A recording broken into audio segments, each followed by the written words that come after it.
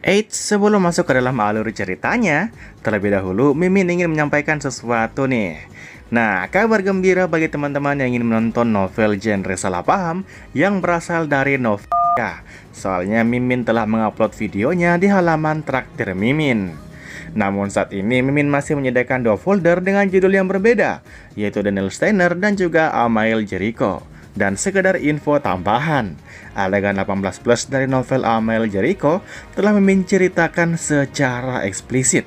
Jadi bagi teman-teman yang nonton di video itu, harap menggunakan earphone atau semacamnya. Soalnya Mimin bahkan menyebut benda lelaki dan perempuan secara jelas hingga adegan itu-itunya. Nah, lantas bagaimana cara mengaksesnya? Gampang saja, teman-teman tinggal klik link di kolom komentar yang Mimin sudah pin. Setelah itu pilih konten eksklusif dan silakan beli dengan jumlah gelas cendol yang telah ditentukan. Mimin akan update terus novel salah paham dari novel ini. Jadi ditunggu ya informasi berikutnya dari Mimin. Oke, itu saja, mari lanjutkan videonya.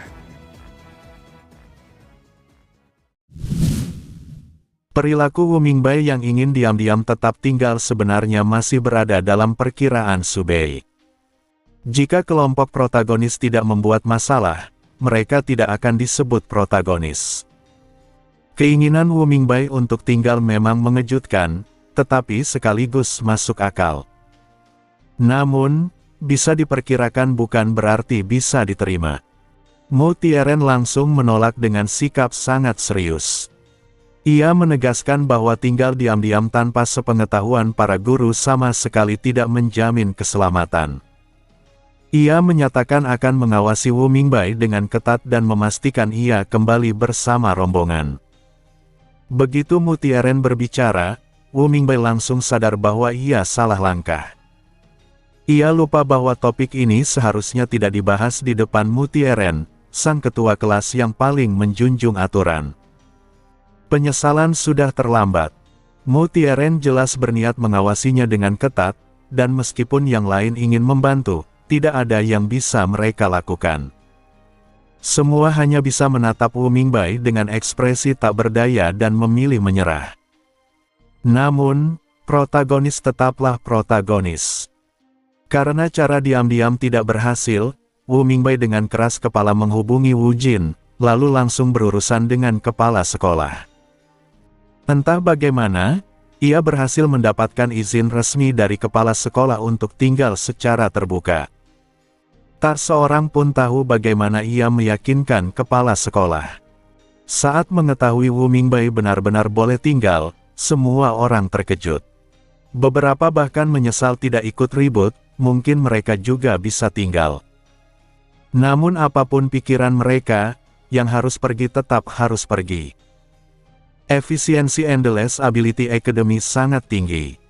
Dalam waktu 20 menit, semua siswa telah dievakuasi sepenuhnya. Kembali ke kelas, Meng Huai sudah menunggu. Karena memiliki kenalan sebagai pemimpin tim, ia mendapatkan informasi lebih cepat dan sudah tahu apa yang terjadi di dunia Nightmare Abyss. Melihat para siswa masuk dengan wajah lesu, ia tidak memberi penghiburan dan langsung ke pokok persoalan. Ia menyatakan bahwa, kecuali Qi Huang, semua siswa harus mengulang ujian akhir.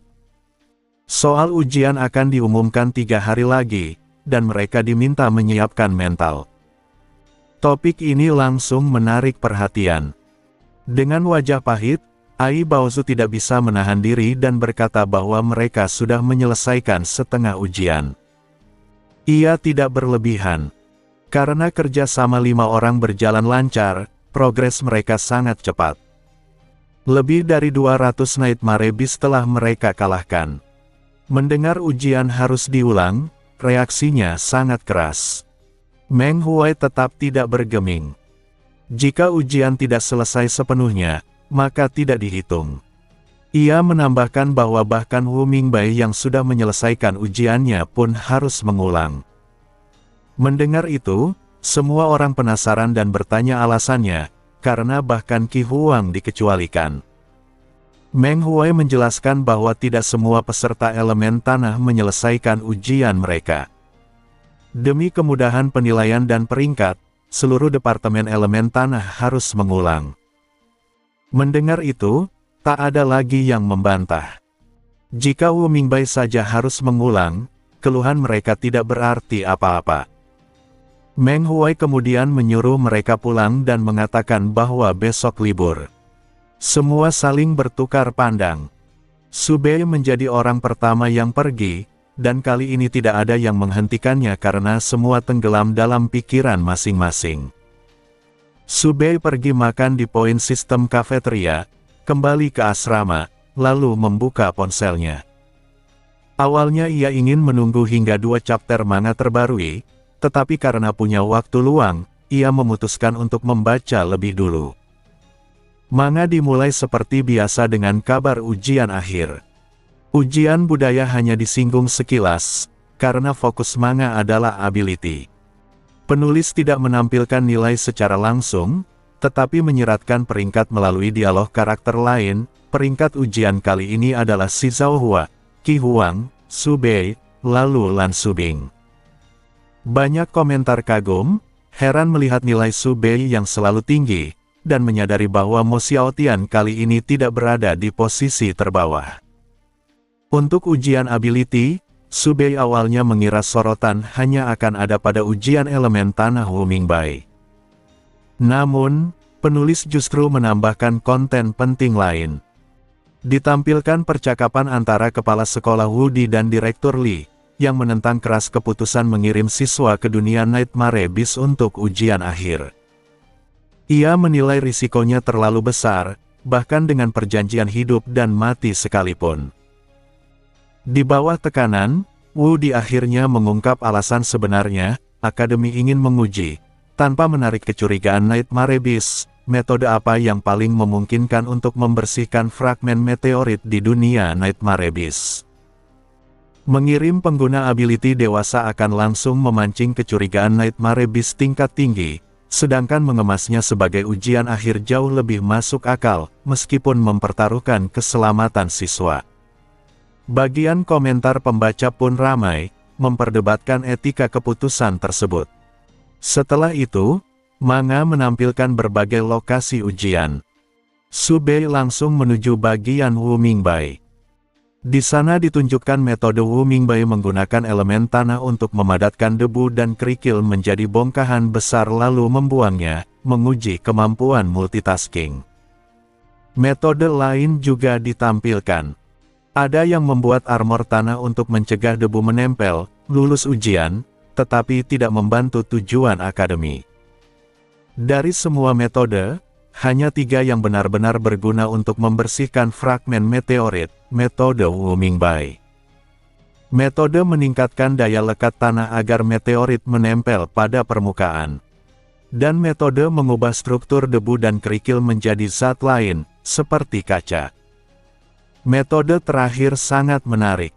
Aturan hanya melarang debu dan kerikil mendekat, tidak melarang kaca. Jika fragmen meteorit bisa diubah menjadi mineral lain, itu berarti penggantian total tanpa menarik perhatian Nightmare Abyss. Keunggulan terbesarnya adalah proses ini bisa berlangsung lama tanpa terdeteksi. Wu Mingbai mampu menggunakan ketiga metode tersebut. Sebagai pengguna elemen tanah paling fundamental, ia bisa menyentuh hampir semua cabang teknik elemen tanah. Melihat penulis dengan serius menanamkan foreshadowing untuk memusnahkan Nightmare Abyss sepenuhnya, Su Bei merasa lega. Dengan alur utama berjalan, ia mulai memikirkan posisinya sendiri, apakah ia harus ikut terlibat. Namun sikap penulis terhadap dirinya masih ambigu. Ia memutuskan menunggu chapter berikutnya dan tidak membuka forum. Pukul 11 malam, notifikasi Manga Consciousness berbunyi lagi. Chapter kedua hari itu terbarui. Su Bei yang mengantuk langsung segar dan mulai membaca. Cerita langsung beralih ke saat Jiang Tianming dan kelompoknya diculik.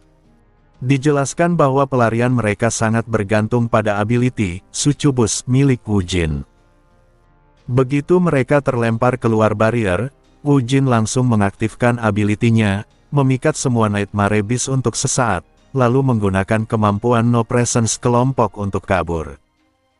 Mereka tidak bisa kembali ke barrier karena Nightmare Abyss tingkat tinggi telah mengutuknya sementara. Setelah melarikan diri, Nightmare Beast segera mengejar, meski hanya mengirim beberapa karena tidak menganggap mereka ancaman besar. Adegan kemudian menunjukkan Su Bei menelepon Jiang Tianming, mengejutkan karakter lain dan pembaca. Setelah itu, fokus kembali ke Jiang Tianming. Mereka sadar tidak bisa bertarung lama karena kehabisan mental energi, sehingga harus mencari tempat aman untuk menunggu penyelamatan. Dengan kerjasama, Zhou Renji menelan rekan-rekannya, Jiang Tianming meniadakan penguncian musuh, Li Su menciptakan ilusi, dan Wu Jin menutupi keberadaan mereka. Mereka akhirnya menemukan tempat tanpa Nightmare Beast.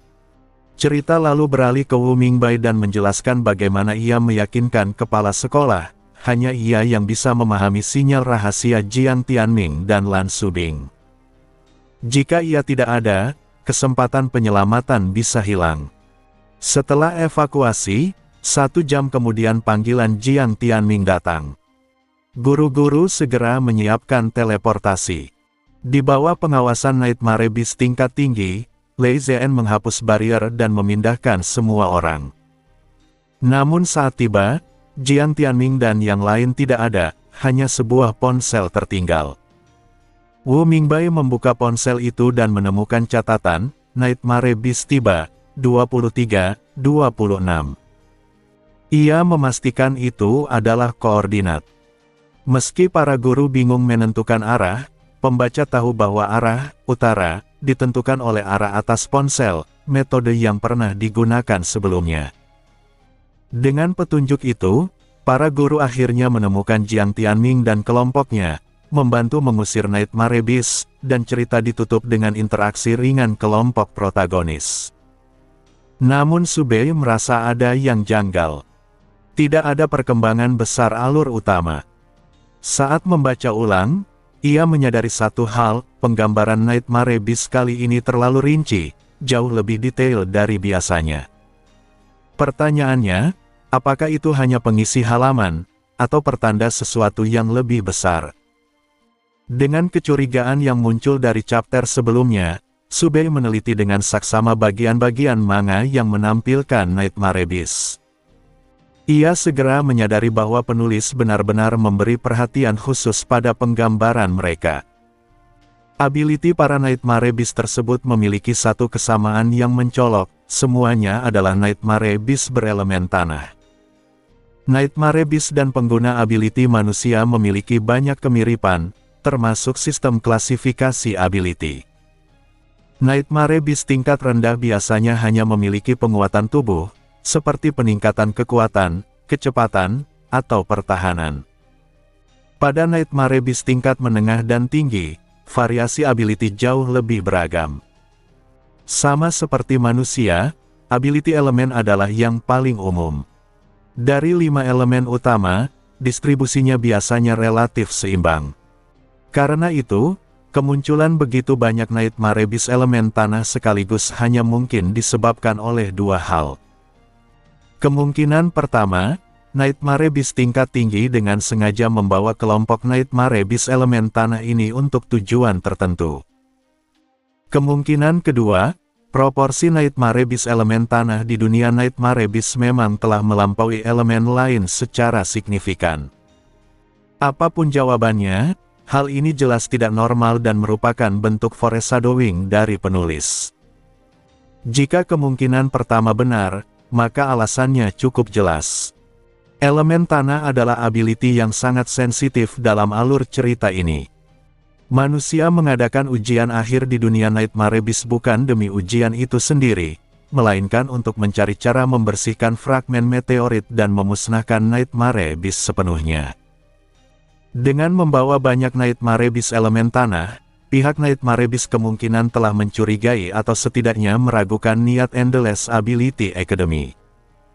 Mereka mengirim kelompok ini untuk melakukan pengujian balik. Jika pihak akademi mengutak-atik fragmen meteorit di udara selama ujian, keberadaan banyak Nightmare Beast elemen tanah akan membuat perubahan itu langsung terdeteksi. Memikirkan hal ini, Su Bei justru merasa lega. Untungnya, Endless Ability Academy cukup berhati-hati. Mereka hanya mengubah soal ujian, tetapi tidak melakukan tindakan nyata di dunia Nightmare Abyss. Jika tidak, dan niat mereka ketahuan, Nightmare Abyss pasti akan menyerang tanpa ampun, dan keselamatan semua pihak akan sulit dijamin.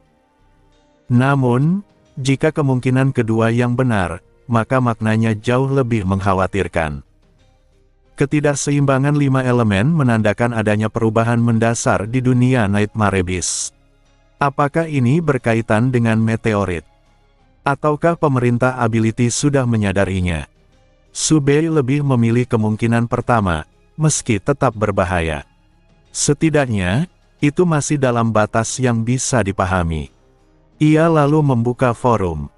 Karena peristiwa ini tidak berkaitan langsung dengannya, sebagian besar pembaca tidak menyadari kejanggalan tersebut. Dengan wawasan curangnya, Subei hanya menemukan satu utas diskusi yang benar-benar berguna.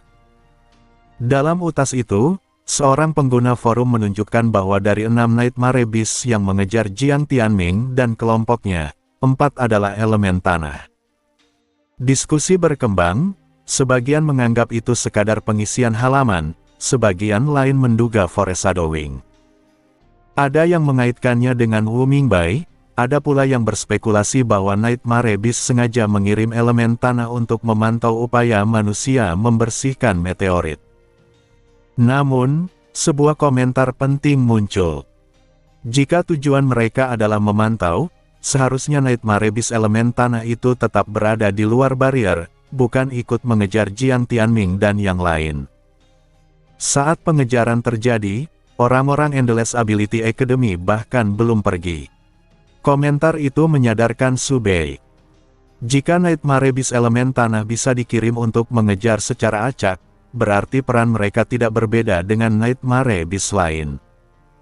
Artinya, dominasi elemen tanah bukan karena penugasan khusus, melainkan karena jumlah mereka memang meningkat. Ini mengarah langsung pada kemungkinan kedua, keseimbangan 5 elemen telah rusak. Subei menghela napas panjang. Apa yang paling tidak ingin ia hadapi justru selalu menjadi kenyataan. Ketidakseimbangan 5 elemen jelas bukan pertanda baik bagi manusia. Nightmare Abyss lahir dari kebencian manusia setelah kematian. Sebagian besar ability mereka muncul secara acak, hanya sedikit yang berkaitan langsung dengan kebencian saat hidup. Ability elemen biasanya murni acak, karena jarang ada manusia yang mati dengan kebencian terhadap unsur logam, kayu, air, api, atau tanah, terutama tanah. Karena itu, peningkatan jumlah Nightmare Abyss elemen tanah pasti merupakan hasil pilihan dari dunia Nightmare Abyss, atau bahkan dari dunia manga itu sendiri.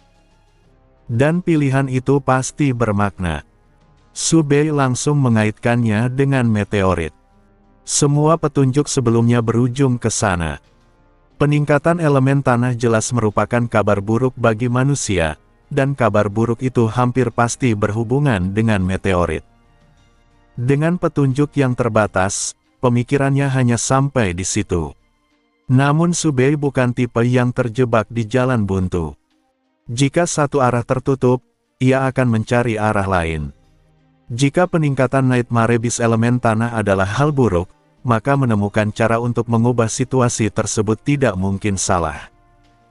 Ia berencana, setelah ujian akhir selesai, pergi ke perpustakaan untuk meneliti lebih jauh tentang Nightmare Abyss elemen tanah.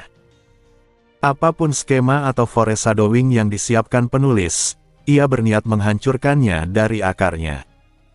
Setelah membaca manga dan forum, Subei akhirnya benar-benar rileks dan tertidur. Keesokan harinya adalah hari libur, dan Wu Mingbai serta yang lain telah kembali dengan selamat. Banyak siswa menghubungi mereka secara pribadi untuk menanyakan detail kejadian.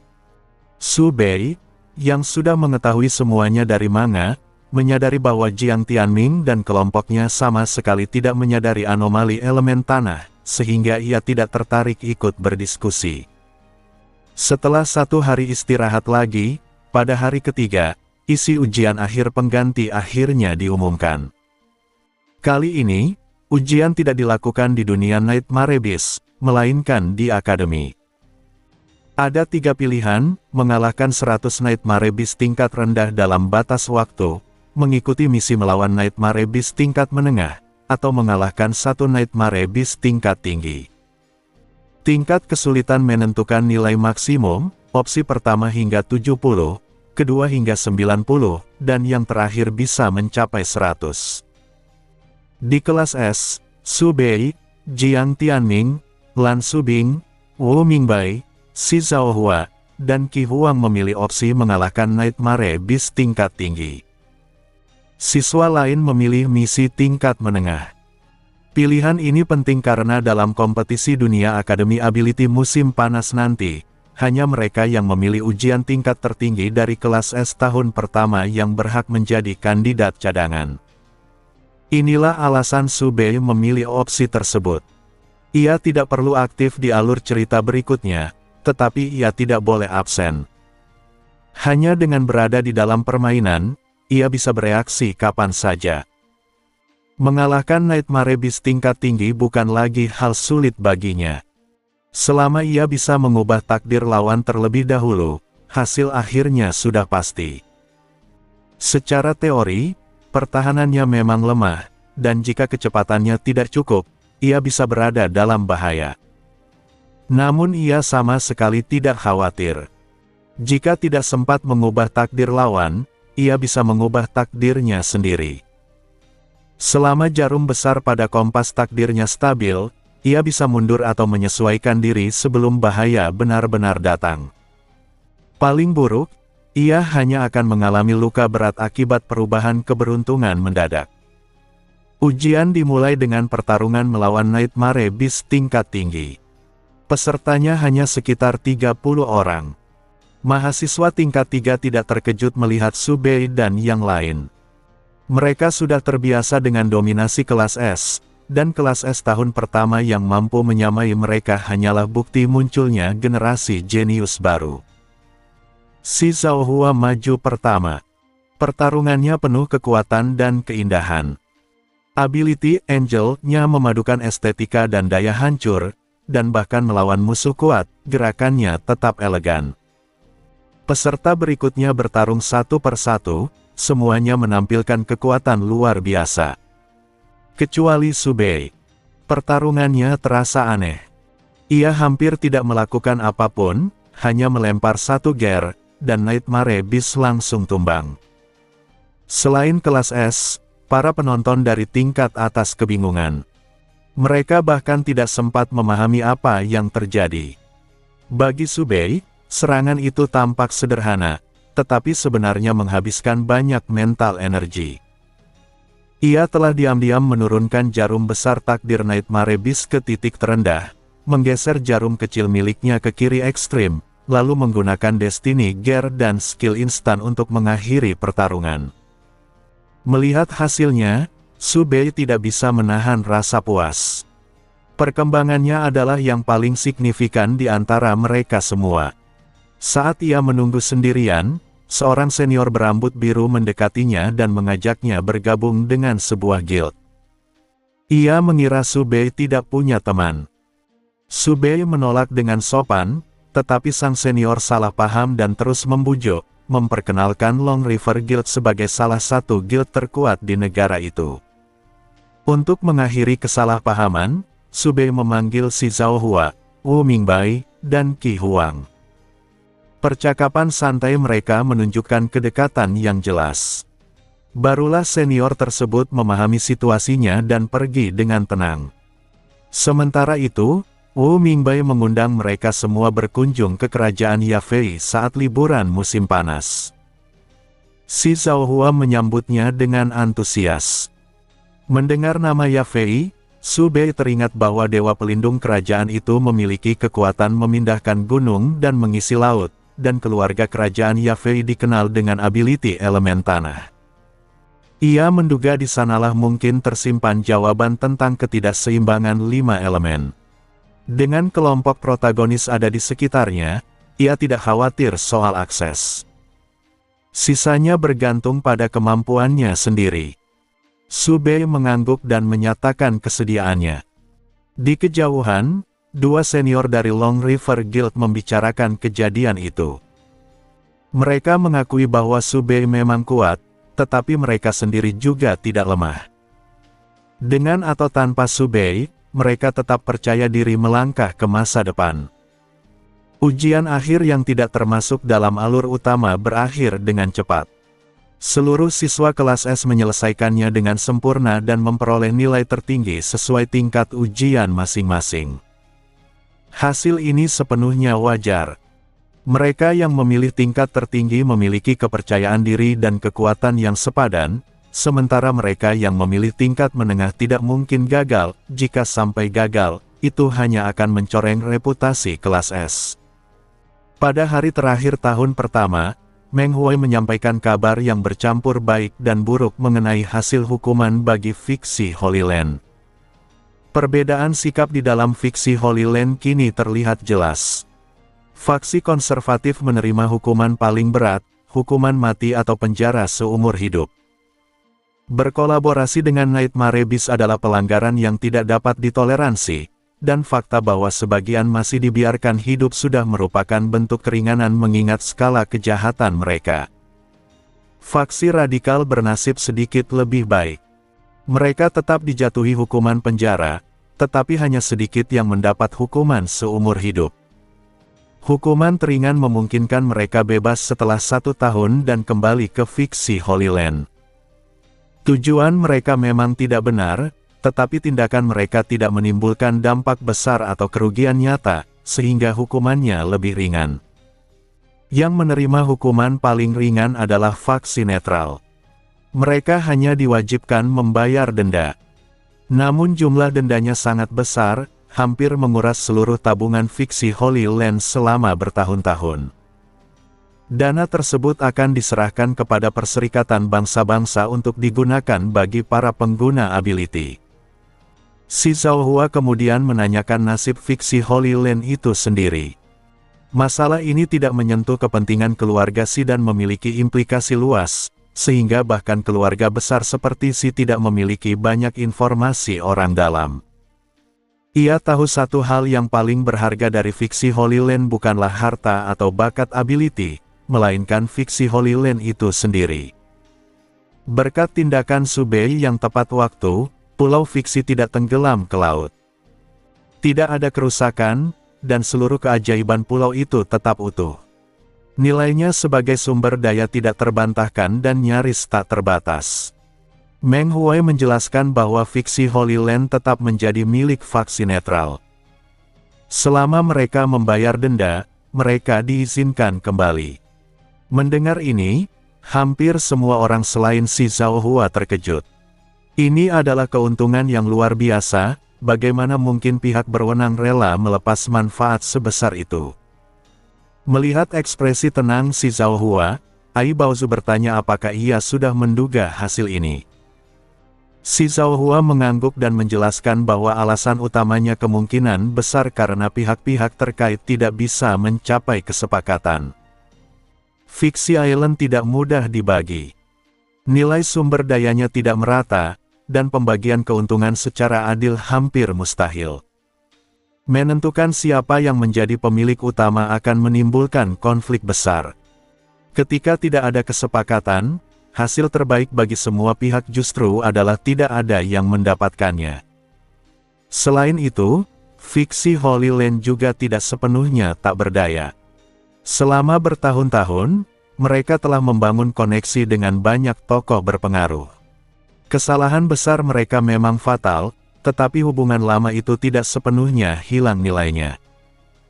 Pembagian menjadi 3 faksi sejak awal juga bertujuan menghadapi situasi seperti ini. Satu faksi bisa bertahan sebagai pihak bersih dan diselamatkan oleh sekutu yang telah dipersiapkan. Awalnya mereka memperkirakan faksi radikal atau konservatif yang menjadi penyangga, tetapi akhirnya justru faksi netral yang mengambil peran tersebut. Setelah pembahasan itu selesai, Meng Huai kembali ke urusan kelas. Hari itu adalah hari terakhir semester, dan tugas liburan musim panas harus dibagikan. Semua guru mata pelajaran budaya sudah memberi tugas. Tinggal wali kelas yang belum. Mengingat tugas liburan musim dingin sebelumnya, Subei berharap tugas kali ini lebih ringan, tetapi juga khawatir justru akan lebih berat.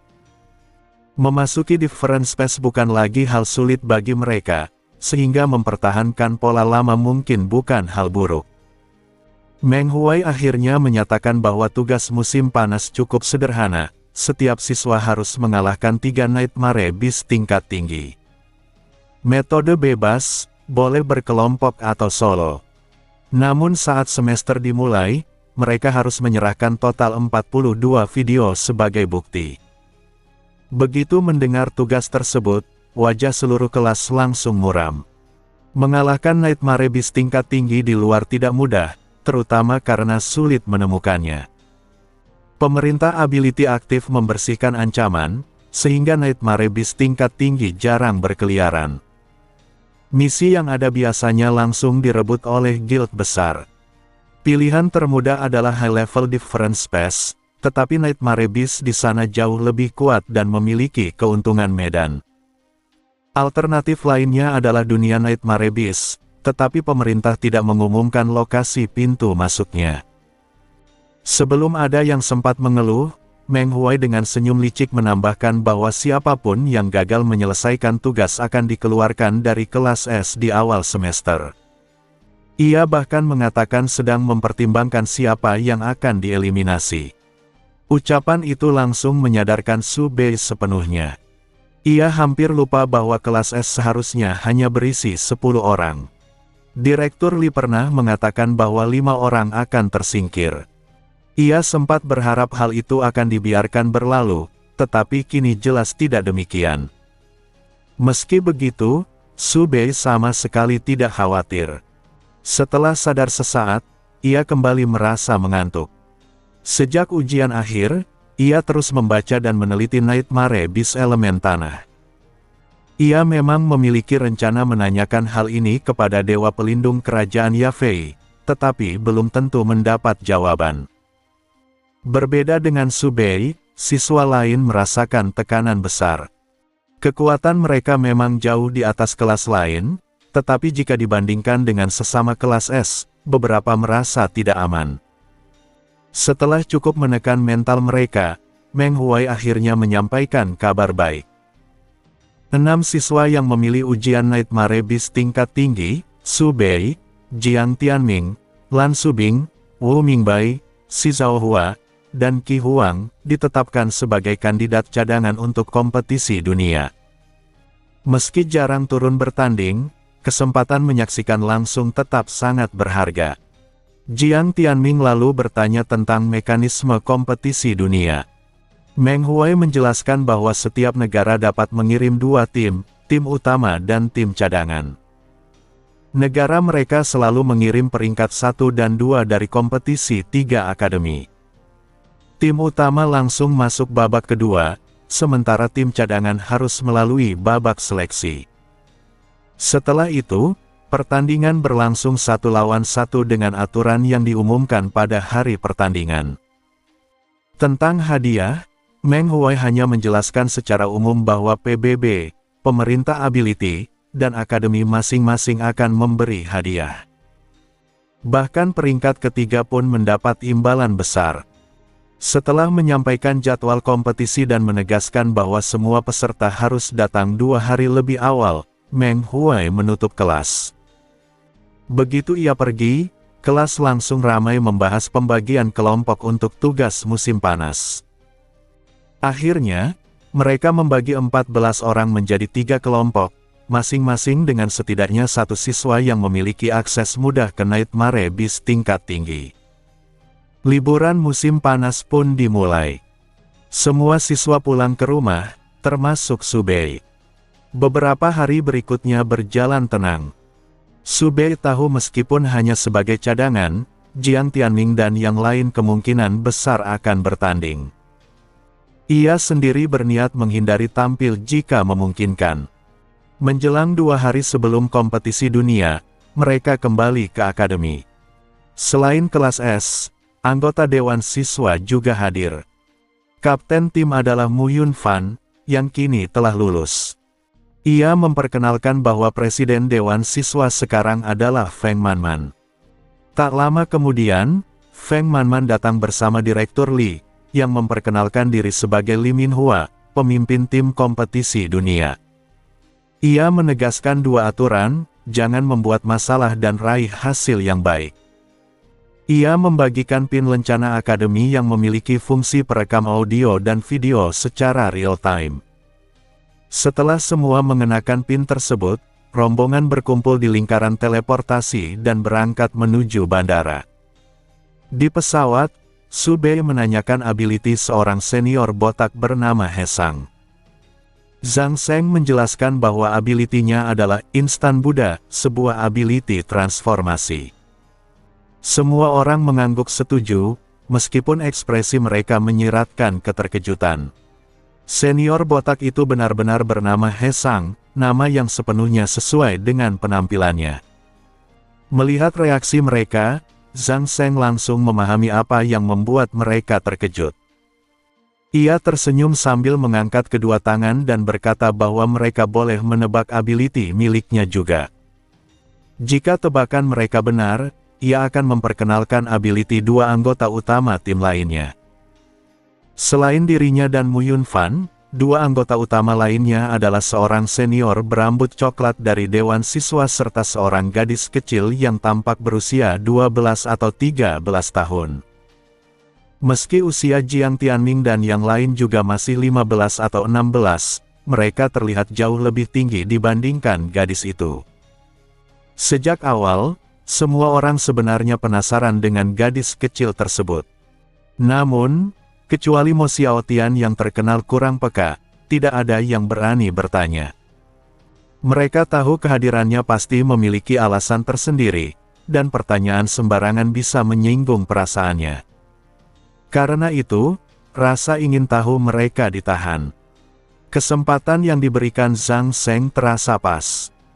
Karena Zhang Sheng belum pernah memperlihatkan ability-nya di depan mereka, menebaknya tanpa petunjuk hampir mustahil. Namun, karena ia mengajak mereka menebak, pasti ada petunjuk tersembunyi. Awal pembicaraan berasal dari ability He Sang yang sangat berkaitan dengan namanya. Dari situ, mereka menyimpulkan bahwa ability Zhang Sheng mungkin juga berkaitan dengan arti namanya. Jiang Tianming yang pertama menangkap pola itu.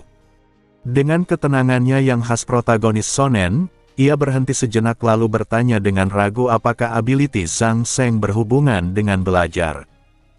Nama, Zhang Sheng, terdengar seperti nama seorang cendekia. Mata Zhang Sheng langsung membesar. Ia mengacungkan jempol dan mengangguk, menyatakan bahwa Jiang Tianming berada di jalur yang benar. Ia menambahkan petunjuk lain, ability-nya berupa idiom 4 karakter. Mendengar itu, semua orang mulai berpikir. Si Zhaohua, yang dikenal sebagai siswa akademik terbaik, menebak berpengetahuan luas, tetapi Zhang Sheng menggelengkan kepala. Jiang Tianming lalu mencoba menebak, rajin belajar, namun jawabannya tetap salah. Melihat proses ini bisa berlangsung lama, Wu Mingbei mengarahkan pertanyaan pada Feng Manman, menanyakan apakah ability tersebut berkaitan dengan sosok sarjana, proses belajar, atau hasil akademik. Feng Manman menjawab singkat bahwa ability itu berkaitan dengan pencapaian. Dengan sedikit keluhan dari Zhang Sheng, Qi Huang akhirnya menebak, pengetahuan luas tak terbatas. Tebakan itu tepat. Zhang Sheng langsung menjentikkan jarinya dan mengakui bahwa ability-nya adalah fast knowledge. Menepati janjinya, Zhang Sheng kemudian memperkenalkan senior berambut coklat bernama Wei Yuexi dengan ability Arms Dealer. Wei Yuexi tersenyum dan melambaikan tangan, karena sebagai anggota Dewan Siswa mereka memang sudah beberapa kali berinteraksi. Setelah itu, Zhang Sheng menunjuk gadis kecil tersebut dan memperkenalkannya sebagai Luo Li, pemilik ability Destruction. Luo Li, mengenakan gaun bergaya putri, tersenyum manis dan menyapa dengan suara yang lembut dan imut, sangat cocok dengan penampilannya. Karena postur tubuh dan usianya yang terlihat sangat muda, Jiang Tianming dan yang lain bersikap sangat hati-hati, menghindari interaksi berlebihan agar tidak menyinggungnya. Mereka sadar akan sering berada di lingkungan yang sama selama kompetisi. Melihat sikap canggung mereka, Mu Yunfan tertawa terbahak-bahak dan menjelaskan bahwa Luo Li memang berusia 12 tahun. Ia masuk Akademi Ability lebih awal karena membangkitkan ability terlalu dini dan sulit dikendalikan, sehingga harus dipercepat pendidikannya. Penjelasan itu membuat semua orang menghela napas lega sekaligus merasa malu atas sikap mereka sendiri. Setelah suasana mencair, Feng Manman mengatakan bahwa ia tidak akan memperkenalkan 3 anggota lainnya. Menurutnya, mengetahui nama saja sudah cukup karena kemungkinan besar para cadangan tidak akan turun bertanding. Ucapan itu membuat Su Bei mengangkat alis. Ia tahu bahwa peran cadangan tidak hanya untuk kondisi darurat. Jika energi mental anggota utama menipis, cadangan bisa menggantikan mereka. Dengan jadwal kompetisi yang padat, peluang cadangan tampil sebenarnya cukup besar. Kepercayaan diri Feng Manman mengisyaratkan bahwa tim utama memiliki seseorang yang mampu memulihkan energi mental rekan satu tim. Su Bei pun mulai bertanya-tanya apakah ability tersebut milik Mu Yunfan atau Zhang Sheng. Su Bei teringat pada ability record book yang ia tukarkan dari organisasi Destiny, buku yang mampu merekam ability orang lain dengan persetujuan pemiliknya. Meski hanya merekam setengah efek aslinya, jumlahnya yang banyak sangat berguna dalam situasi genting. Setelah penerbangan selama 4 jam, rombongan tiba di negara tuan rumah, Sesbia. Negara besar itu memiliki susunan teleportasi langsung di bandara. Dari sana, mereka dipindahkan ke hotel khusus peserta kompetisi dan dibagikan kamar. Melihat lokasi arena dari jendela hotel, Lan Subing berkomentar bahwa alurnya sangat mirip dengan kompetisi 3 akademi. Arena terlihat sama besarnya, hanya saja tampil lebih megah dengan gaya khas Sesbia. Qi Huang tampak sangat antusias, mengatakan bahwa meskipun tidak bertanding, menonton langsung saja sudah sangat menyenangkan. Su Bei hanya menanggapi santai dan masuk ke kamarnya, meninggalkan Qi Huang tanpa sempat bertanya lebih lanjut. Namun, si Zhao Hua yang sekamar dengannya bertanya apa maksud Su Bei sebelumnya. Su Bei menjawab bahwa setelah kompetisi, para cadangan masih bisa bertanding dengan peserta yang kalah, dan jika ada kesempatan, Guru Li mungkin akan memberi mereka peluang tampil.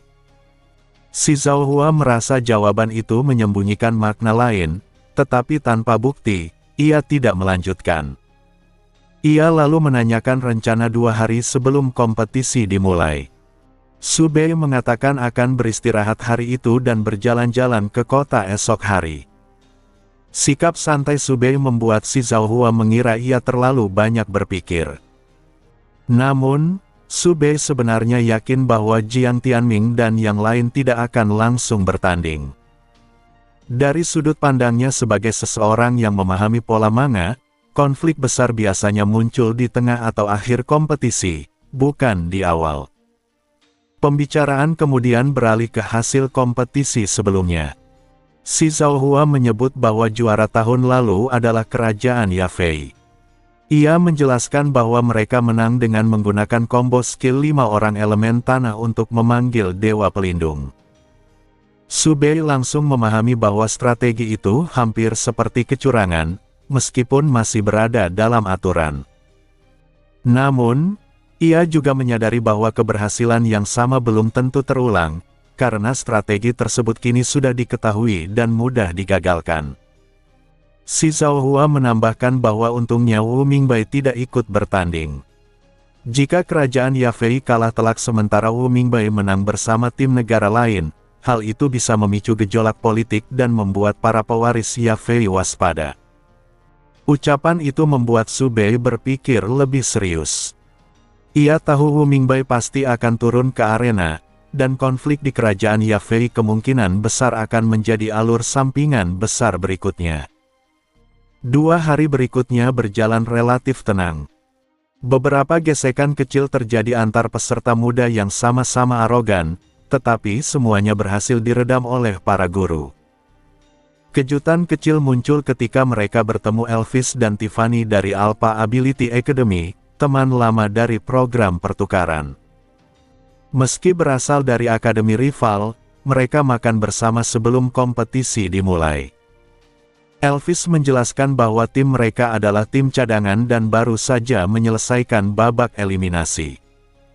Ia mengungkapkan bahwa format eliminasi berupa pertarungan tim yang dipasangkan secara acak. Ketika Ki Huang bertanya apakah Elvis merupakan anggota utama atau cadangan, ia menjawab dengan yakin bahwa dirinya adalah anggota utama. Lan Subing pun menjelaskan bahwa ability Elvis adalah Time Hourglass. Elvis dengan percaya diri menantang Jiang Tianming dan Su Bei agar tidak tersingkir sebelum bertemu dengannya. Jiang Tianming membalas dengan senyum tenang. Saat mengetahui bahwa Su Bei dan yang lain hanyalah cadangan, Elvis sempat terkejut, meski tetap mempertahankan sikap tajamnya. Jiang Tianming kemudian menjelaskan bahwa aturan akademi memang membatasi siswa tahun pertama hanya sebagai cadangan, dan tim utama mereka sangat kuat. Meskipun Elvis mengaku percaya diri bisa mengalahkan tim utama Endless Ability Academy, dalam hatinya ia mulai ragu. Jika siswa yang pernah mengalahkannya saja merasa tim utama mereka tak tertandingi, maka kekuatan tim tersebut pasti luar biasa. Pada hari kompetisi, Jiang Tianming dan yang lain duduk di area peserta sebagai cadangan. Arena penuh sesak oleh penonton dari berbagai negara. Di sana, mereka akhirnya merasakan betapa banyaknya pengguna ability di dunia, terutama di Sesbia sebagai negara tuan rumah yang kuat. Su Bei memperhatikan arena pembukaan kompetisi dunia dan bertanya-tanya seberapa kuat dua tim Sesbia. Ia merasa akan sangat disayangkan jika mereka terlalu lemah dan tersingkir lebih awal, karena berarti tidak ada pertandingan menarik untuk ditonton. Mengikuti arah pandangan Wu Jin, Su Bei melihat kepala sekolah Wudi dan wali kelas mereka, Meng Huai, duduk di tribun penonton. Keduanya datang khusus untuk menghadiri upacara pembukaan. Sebagai kompetisi tingkat dunia, pembukaannya jauh lebih megah dibandingkan kompetisi 3 akademi. Meski disebut hari pertama, tidak ada pertandingan resmi, hanya pertunjukan penyambutan. Ilusi raksasa yang diciptakan para pengguna ability ilusi muncul di udara, menampilkan pertarungan dua ability user kuat, diikuti berbagai atraksi akrobatik. Di sela pertunjukan, Zhang Sheng mengeluh bosan dan bertanya apakah mereka bisa pulang lebih awal. Mu Yunfan ikut mengangguk, mengatakan bahwa upacara pembukaan tanpa pesonanya terasa hambar. Ucapannya membuat semua orang terdiam dan langsung menyesal, dibandingkan mendengarnya membanggakan diri, menonton upacara terasa jauh lebih baik. He Sang menenangkan diri dengan melafalkan mantra penjernih pikiran, sementara Wei Yuexi pura-pura muntah dan menarik Feng Manman agar melihat tingkah presiden mereka. Feng Manman menatap Mu Yunfan dengan tenang dan setengah mengancam akan meminta panitia menyiarkan pesonanya. Mu Yunfan langsung panik dan menolak keras, karena ia tahu Feng Manman benar-benar bisa melakukannya. Guru Li akhirnya angkat bicara dan melarang mereka pergi. Ia mengingatkan bahwa mereka kini mewakili Endless Ability Academy, dan siapapun yang mempermalukan akademi di luar akan menerima konsekuensinya di dalam. Ancaman itu efektif, semua langsung diam. Saat mereka mengejek seorang penampil yang memainkan atraksi kepala terlepas, sekelompok orang mendekat. Seorang pemuda tinggi berambut coklat menyapa Wu Mingbai dalam bahasa Mandarin yang terbata-bata. Dari latar belakang Wu Mingbai, semua langsung menebak bahwa pemuda itu adalah bangsawan kerajaan Yafei. Pemuda itu memperkenalkan diri sebagai Andrew, pangeran pertama Yafei, atau pangeran kedua sekarang, karena Wu Mingbai setahun lebih tua. Ucapannya terdengar sopan, tetapi menyimpan niat menekan. Jelas ia datang dengan persiapan, sengaja menegaskan statusnya untuk mengintimidasi Wu Mingbai. Wu Mingbai segera menangkap maksud tersembunyi itu.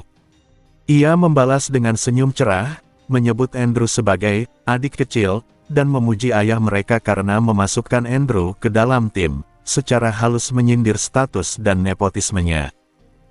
Andrew menahan amarah dan membela diri, mengatakan bahwa penempatannya murni karena kemampuan. Wu Mingbai berpura-pura percaya, dengan nada sarkastik yang membuat Andrew merasa tidak nyaman.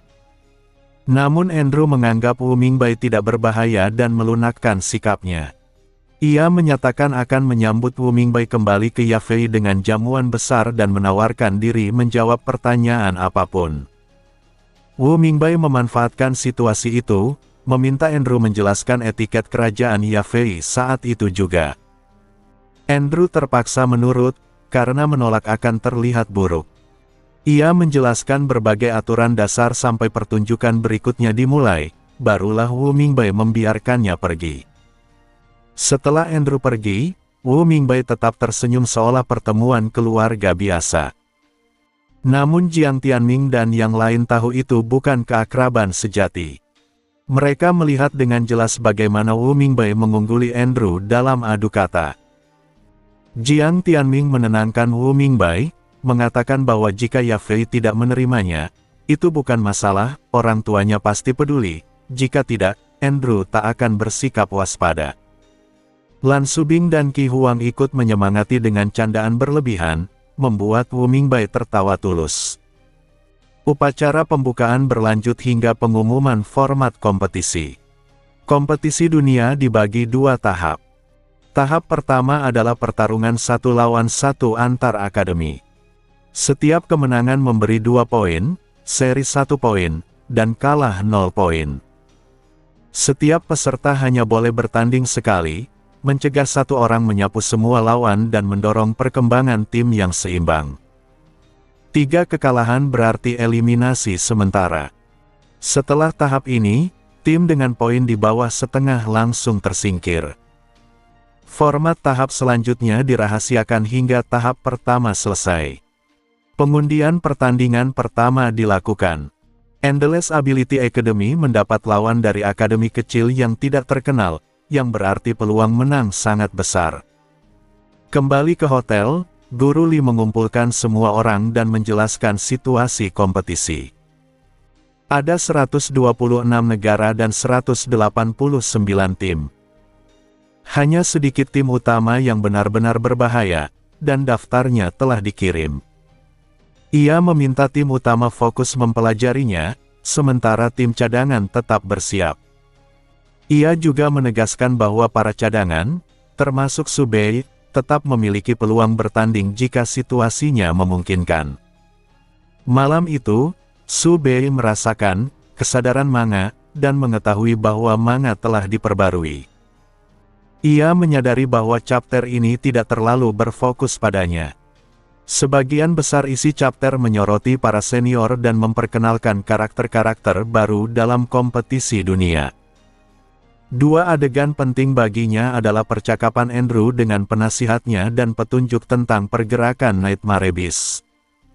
Andrew menganggap Wu Mingbai bodoh dan tidak berbahaya, sementara penasihatnya meragukan penilaian itu namun memilih diam. Mereka sepakat untuk mendekati Wu Mingbai secara damai. Adegan lainnya memperlihatkan banyak Nightmare Beast berkumpul. Hal itu membuat Su Bei waspada. Dengan begitu banyak ability user muda berkumpul di satu tempat, serangan Nightmare Beast akan menjadi bencana besar. Keesokan harinya, kompetisi resmi dimulai. Sebagai cadangan, Su Bei tidak terlalu peduli hasil hari pertama dan yakin tim mereka akan menang. Meski enggan keluar kamar, Guru Li memaksanya menonton, menekankan pentingnya observasi. Pertandingan hari itu berlangsung seru, jauh lebih menarik daripada upacara pembukaan. Qi Huang dan yang lain mulai bersemangat dan berharap bisa bertanding keesokan hari. Su Bei justru mengusulkan agar ability-nya tidak diekspos terlalu awal, meski niat aslinya hanyalah ingin menghindari pertarungan. Guru Li menolak alasannya, dan Wu Mingbai dengan sengaja mendukung keputusan guru, memastikan Su Bei tidak bisa menghindar. Su Bei hanya bisa pasrah. Arena dibagi menjadi beberapa bagian dengan barrier ability, memungkinkan banyak pertandingan berlangsung bersamaan. Skydome Ability Academy bertanding lebih awal, dan terungkap bahwa Huang Fumingze adalah anggota tim utama mereka, meski masih tahun pertama. Dari sudut pandang Su Bei, aturan Skydome lebih kejam namun adil, sementara Endless Ability Academy lebih ramah bagi siswa baru, sesuai dengan nuansa manga shonen yang berpusat pada para protagonis. Seorang siswa cadangan tahun kedua bertanya dengan rasa ingin tahu apakah Huang Fumingze benar-benar kuat. Ia jarang mengikuti kabar luar karena fokus pada peningkatan diri. Mendengar itu, ekspresi si Zhao Hua menjadi aneh. Ia tidak akur dengan Huang Fumingze dan enggan mengakui kekuatannya. Setelah berpikir sejenak, ia hanya berkata bahwa Huang Fumingze adalah lawan yang pernah mereka kalahkan di kompetisi 3 akademi. Siswa tahun kedua itu terdiam, lalu bertanya dengan heran apakah Skydome Ability Academy tidak mengincar peringkat bagus sampai memilihnya sebagai anggota tim utama. Jiang Tianming hendak menjelaskan secara rasional, tetapi Huang Fumingze sudah naik ke arena. Ia menelan kata-katanya, aksi akan berbicara lebih jelas daripada penjelasan. Huang Fumingze tampil sesuai dugaan, menghancurkan lawannya dengan mudah. Siswa tahun kedua itu terkejut, lalu bertanya dengan tidak percaya bagaimana mereka dulu bisa mengalahkannya. Kekuatan mutlak, ability naga terbang, serta serangan sihirnya menunjukkan bahwa ia adalah petarung serba bisa. Wu Mingbai memberi penjelasan singkat bahwa Huang Fumingze sangat kuat dalam pertarungan 1 lawan 1, tetapi lemah dalam pertarungan tim. Kepribadiannya yang dominan dan ability yang mandiri membuat rekan setimnya tidak berguna, sementara ia sendiri tidak mampu menggendong seluruh tim. Siswa tahun kedua itu pun mengerti, ia pernah mengalami sendiri betapa pentingnya kerja sama dalam kompetisi tim. Skydome Ability Academy menang dengan mulus. Satu-satunya siswa tahun pertama mereka, Huang Fumingze, menjadi pusat perhatian. Su Bei bahkan mendengar orang-orang membicarakannya di toilet, menyebutnya bintang baru dunia ability. Ia menduga Huang Fumingze memang sengaja tidak menyembunyikan kekuatannya di pertarungan individu, ingin bersinar di babak awal tanpa memikirkan pertarungan tim. Pertandingan terakhir pagi itu adalah Endless Ability Academy melawan sekolah kecil yang tidak terkenal. Su Bei berharap bisa mempelajari kemampuan Mu Yunfan dari lawan mereka, tetapi begitu melihatnya, ia tahu itu mustahil. Para lawan tampak biasa saja, sama sekali tidak seperti kuda hitam dalam manga, dan memang hanya menjadi sasaran bantai. Mu Yunfan dan timnya menang tanpa kesulitan, bahkan hampir tidak menggunakan ability. Kesenjangan kekuatan antara elit nasional dan akademi dari negara kecil terlihat jelas. Satu-satunya yang menggunakan ability adalah Wei Yuexi. Dengan ability, Arms Dealer, ia mengeluarkan sebuah truth membuat lawan langsung menyerah. Tanpa kemampuan menghindar, mereka tidak mungkin melawan senjata api. Usai kemenangan itu, Lan Subing yang biasanya pemalu memberanikan diri bertanya kepada Wei Yuexi apakah ia boleh melihat ability-nya. Ia selalu penasaran dengan senjata api, tetapi tak pernah diberi kesempatan melihatnya. Wei Yuexi langsung setuju dan bertanya senjata apa yang diinginkan. Setelah berpikir serius, Lan Subing menjawab, Gatling. Permintaan itu mengejutkan semua orang. Wei Yuexi tertawa dan langsung memunculkan Gatling hitam. Lan Subing memegangnya seperti harta karun, terpesona oleh perpaduan kesan ganas dan keindahan mekanisnya. Ia baru kemudian bertanya apakah senjata itu bisa salah tembak. Wei Yuexi menjelaskan bahwa tidak ada peluru di dalamnya selama tidak dialiri mental energi. Qi Huang, Si Zhao Hua, Jiang Tianming, Wu Mingbai, bahkan Su Bei ikut meminta. Wei Yuexi dengan senang hati memunculkan berbagai senjata untuk mereka. Saat Subei memainkan granat, ia merasakan banyak tatapan aneh. Penonton dan bahkan petugas keamanan berseragam hitam memandang mereka dengan waspada. Subei pun diam-diam meletakkan granat itu kembali. Hari itu, Endless Ability Academy memenangkan 3 pertandingan berturut-turut, menyapu bersih 9 pertarungan individu. Karena 3 kemenangan sudah memastikan hasil, pertarungan selanjutnya tidak perlu dilanjutkan. Sesuai pengaturan SESBIA, banyak tim tereliminasi hari itu. Namun, lawan keesokan hari tidak akan semudah ini. Menyadari hal itu, kepercayaan diri beberapa siswa mulai goyah. Jiang Tianming dan yang lain tampak serius, tidak lagi santai seperti sebelumnya. Melihat suasana itu, Mu Yunfan mencoba menyemangati mereka. Ia menawarkan penyemangat yang ternyata berupa pelukan penuh kasih dari senior, membuat Qi Huang menyesal telah bertanya. Setelah bercanda, Mu Yunfan berbicara serius, meyakinkan mereka bahwa meski kalah 2 ronde, tim utama akan menutupnya di ronde terakhir. Wei Yuexi dan Feng Manman ikut menenangkan mereka.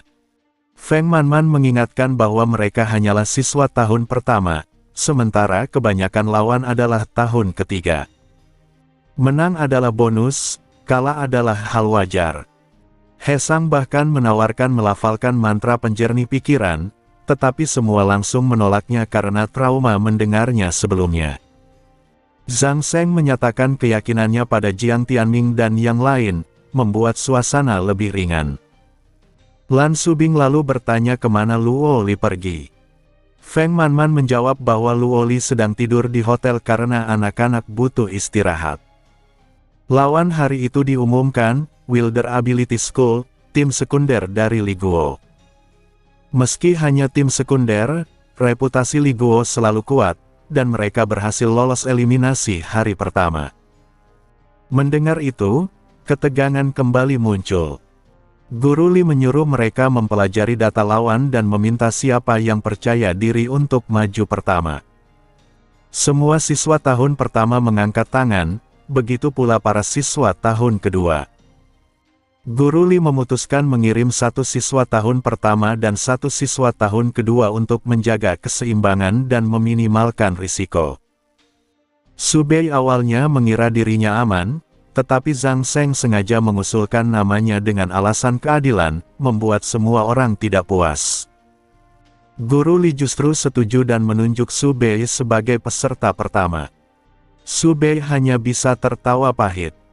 Guru Li menenangkannya, mengatakan kalah pun tak apa, tetapi ia akan mengirim rekaman pertandingan kepada wali kelasnya. Mengetahui sifat Meng Huai, Subei paham itu bukan sekadar hiburan. Ia membaca cepat data Wilder Ability School. Ia paling mewaspadai ability tipe serangan instan. Jika tidak ada, ia merasa aman. Pukul 9.30, pertandingan dimulai. Subei menarik perhatian karena statusnya sebagai siswa tahun pertama.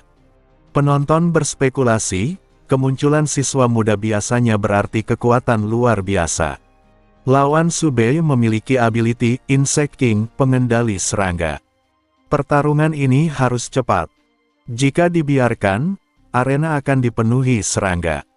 Saat lawan mulai melepaskan kawanan serangga, Subei menyesuaikan 2 penunjuk takdir dan mengaktifkan kemampuan instan. Dalam sekejap, kawanan serangga itu menjadi kacau. Mental energi lawan terpukul hebat, dan ia pingsan karena kelelahan. Arena hening.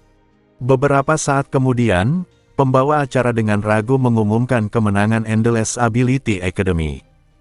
Penonton langsung gempar. Mereka tidak melihat apapun, tetapi hasilnya sudah ditentukan. Begitu turun panggung, Subei dihadang siswa Wilder Ability School.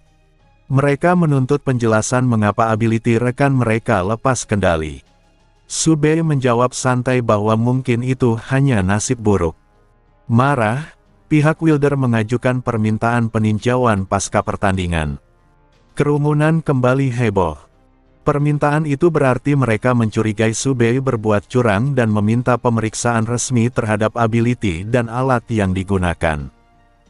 Di tengah kegaduhan itu, ketegangan pun meningkat, menandai bahwa pertandingan Subei belum benar-benar berakhir. Peninjauan ulang pasca pertandingan bukanlah proses santai. Jika Subei terbukti bersih, maka pertandingan Wilder melawan Endless Ability Academy akan resmi dinyatakan sebagai kekalahan mutlak. Namun bagi tim Wilder, risiko ini sudah diperhitungkan sejak awal. Sebagai tim sekunder, mereka sadar peluang mengalahkan Endless, kandidat kuat juara pertama, nyaris tidak ada. Karena itu, mereka memilih berjudi, mengambil risiko besar demi kemungkinan keuntungan besar. Jika Subei terbukti curang, Endless akan didiskualifikasi dari kompetisi ini dan dilarang mengikuti kompetisi berikutnya, sementara Wilder otomatis menang. Jika gagal, mereka hanya kalah satu pertandingan yang sejak awal sudah sulit dimenangkan. Inilah alasan mereka berani menyinggung Endless dengan dalih, menuntut keadilan, bagi Memphis. Subei telah diberi penjelasan mengenai aturan ini sebelum kompetisi dimulai. Ia memahami sepenuhnya apa yang sedang diupayakan oleh para siswa Wilder dan langsung menebak motif mereka. Namun yang membuatnya heran adalah kecepatan laporan tersebut. Biasanya, pihak yang curiga akan menyelidiki terlebih dahulu sebelum melapor.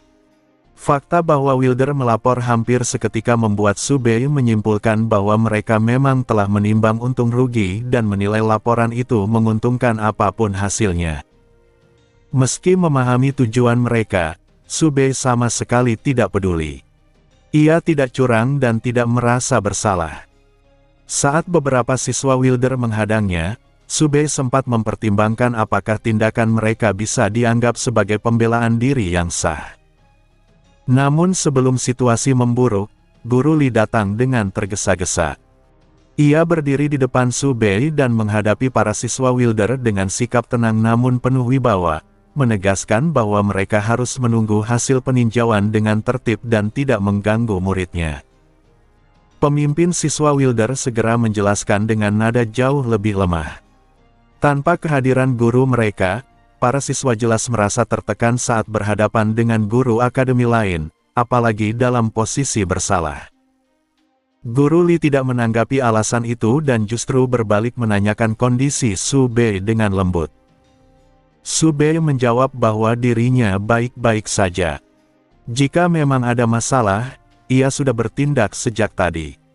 Melihat sikap Subei yang tenang dan yakin, Guru Lee merasa lega dan memujinya atas awal pertandingan yang sangat baik.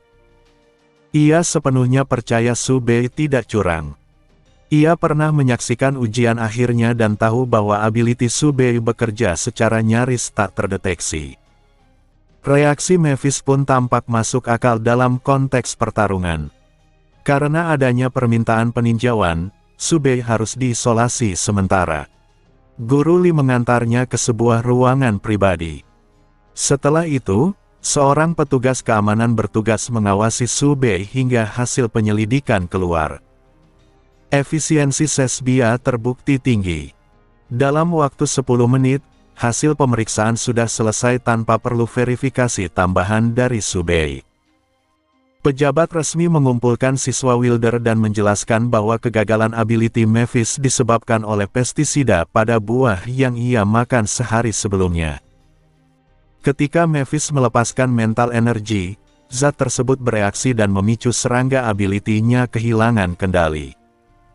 Pejabat itu juga menegaskan bahwa Subei hanya menggunakan ability-nya di arena dan tidak membawa item ability apapun. Dengan demikian, permintaan peninjauan Wilder dinyatakan gagal. Para siswa Wilder tampak sangat kecewa, namun tidak marah. Sikap mereka menunjukkan bahwa hasil ini sudah mereka perkirakan sejak awal.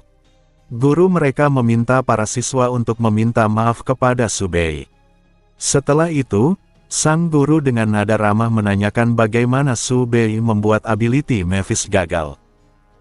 Ia merasa penjelasan resmi terdengar janggal dan menduga ini tetap berkaitan dengan ability Destiny milik Subei. Subei menjawab singkat dan jujur bahwa itu terjadi karena ability-nya. Ia tidak menjelaskan lebih lanjut. Guru Wilder tidak dapat membantah dan akhirnya menyatakan tidak ada keberatan. Hasil akhir diumumkan secara resmi, Wilder Ability School tereliminasi, dan Endless Ability Academy menang. Penonton kembali berseru kagum. Meski pertarungan berlangsung kurang dari 1 menit, rangkaian kejutan membuatnya sangat menghibur. Kembali ke tribun, Subei merasakan banyak tatapan tertuju padanya. Rekan-rekannya menatapnya seolah ia makhluk langka. Wei Yuexi bertanya bagaimana ia membuat lawan pingsan dari dalam. Subei hanya menjawab singkat bahwa itu efek ability. Feng Manman, sebagai wakil kapten, menanyakan kelemahan ability Destiny dan bagaimana cara melawannya. Subei sebenarnya memiliki teori bahwa mental energi tinggi mungkin bisa mendeteksi dan menyesuaikan perubahan Destiny, tetapi teori itu belum pernah diuji. Ia memilih tidak mengungkapkannya dan hanya menjawab ringan bahwa Destiny memang sangat dominan. Topik pun bergeser. Feng Manman menanyakan apakah Subei mendapat masalah saat peninjauan. Ia menjelaskan bahwa prosesnya cepat dan bahwa Wilder mendapatkan apa yang mereka inginkan, kekalahan cepat dan pasti. Karena telah bertanding dan menghemat 5 ronde, Subei meminta izin untuk kembali ke hotel. Atas saran Feng Manman, ia lebih dulu melapor kepada Guru Li. Jiang Tianming dan yang lain tampak sangat khawatir, mengira Subei mungkin diperlakukan tidak adil selama isolasi. Subei bercanda bahwa jika ia disiksa, mereka sudah akan melihatnya menggugat Sesbia. Suasana pun mencair. Guru Li, yang sangat puas dengan hasil Subei, mengizinkannya untuk tidak bertanding lagi. Ia menilai ability Subei sangat cocok untuk menyembunyikan kekuatan tim, tetapi juga berbahaya jika terlalu sering digunakan, terutama menghadapi ability pembunuh instan di tingkat dunia. Setelah mendapat izin, Subei kembali ke hotel dan mengeluarkan item organisasi Destiny, Nightmare Realm Gate. Item ini memungkinkan masuk ke dunia Nightmare Beast tanpa wujud gerbang fisik, melainkan dengan mengubah medan magnet di sekitarnya.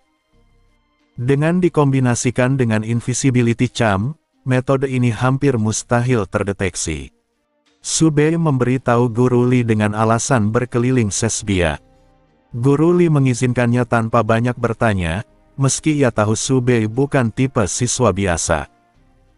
Ia juga telah berkonsultasi dengan Meng Huai, yang menyatakan bahwa Subei tahu apa yang ia lakukan dan bahwa ability Destiny membuat orang lain lebih berbahaya daripada dirinya.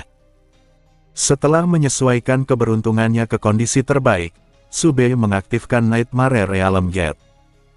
Dunia berwarna cerah berubah menjadi hitam, putih, dan abu-abu. Ia hampir langsung bertabrakan dengan Nightmare Beast karena kepadatannya yang sangat tinggi. Menyadari risikonya, ia melompat ke atas batu besar untuk menghindari sentuhan fisik.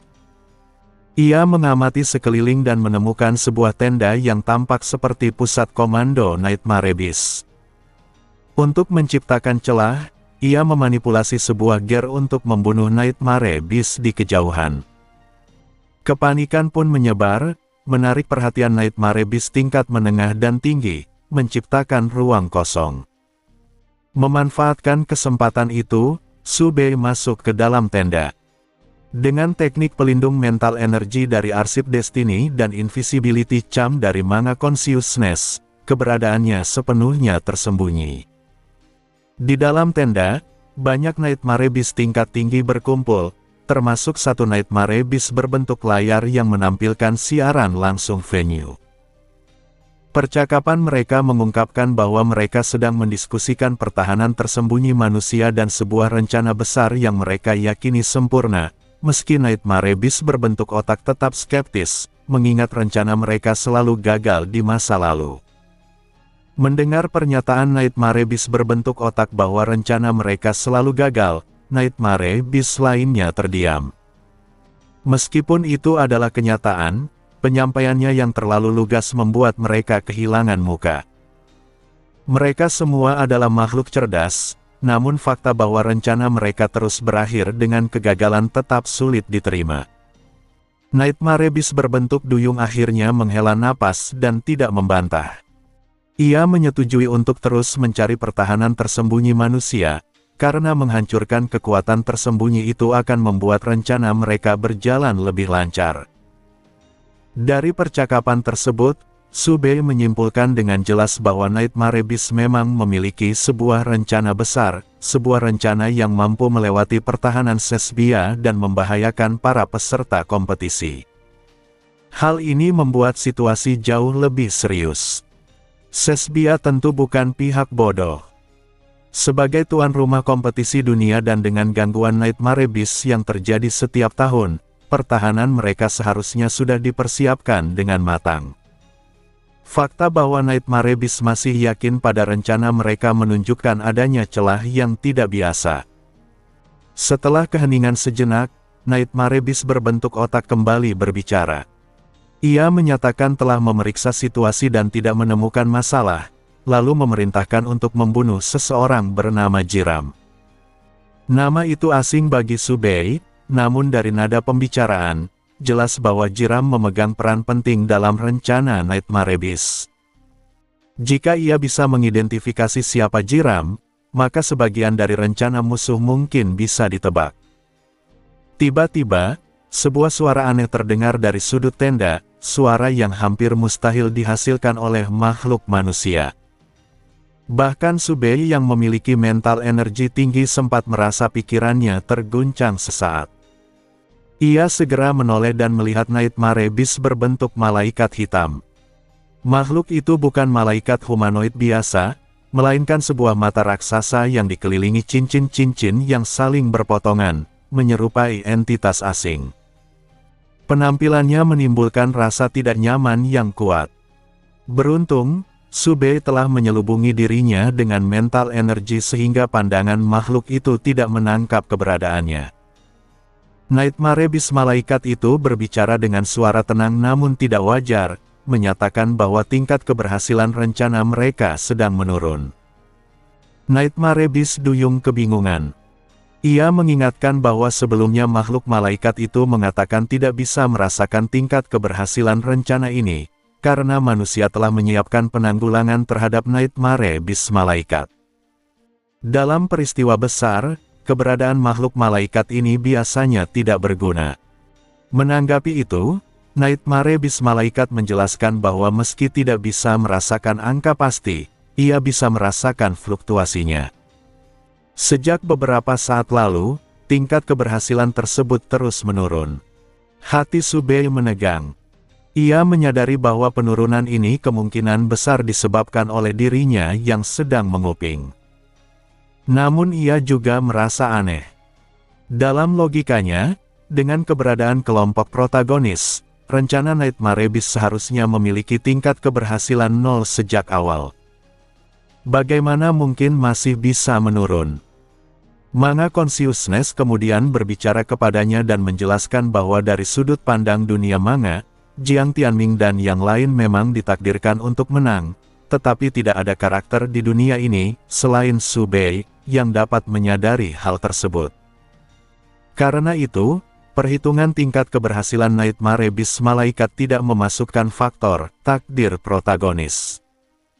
Awalnya, tingkat keberhasilan yang dirasakan adalah sekitar 80%, namun kini turun menjadi sekitar 40%.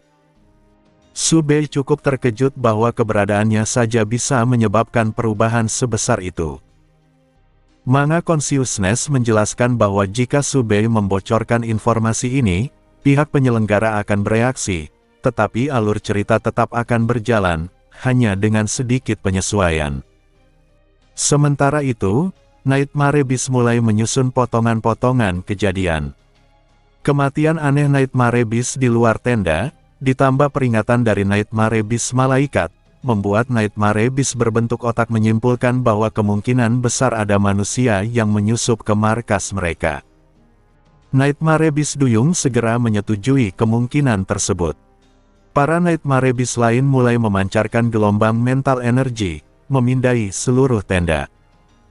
Namun berkat penguasaan mental energi dan teknik penyembunyian tingkat tinggi, Su Bei tidak terdeteksi sama sekali. Meski tidak menemukan apapun, Nightmare Beast berbentuk otak tetap yakin bahwa manusia tersebut masih berada di dalam markas dan pasti menggunakan alat penyembunyi.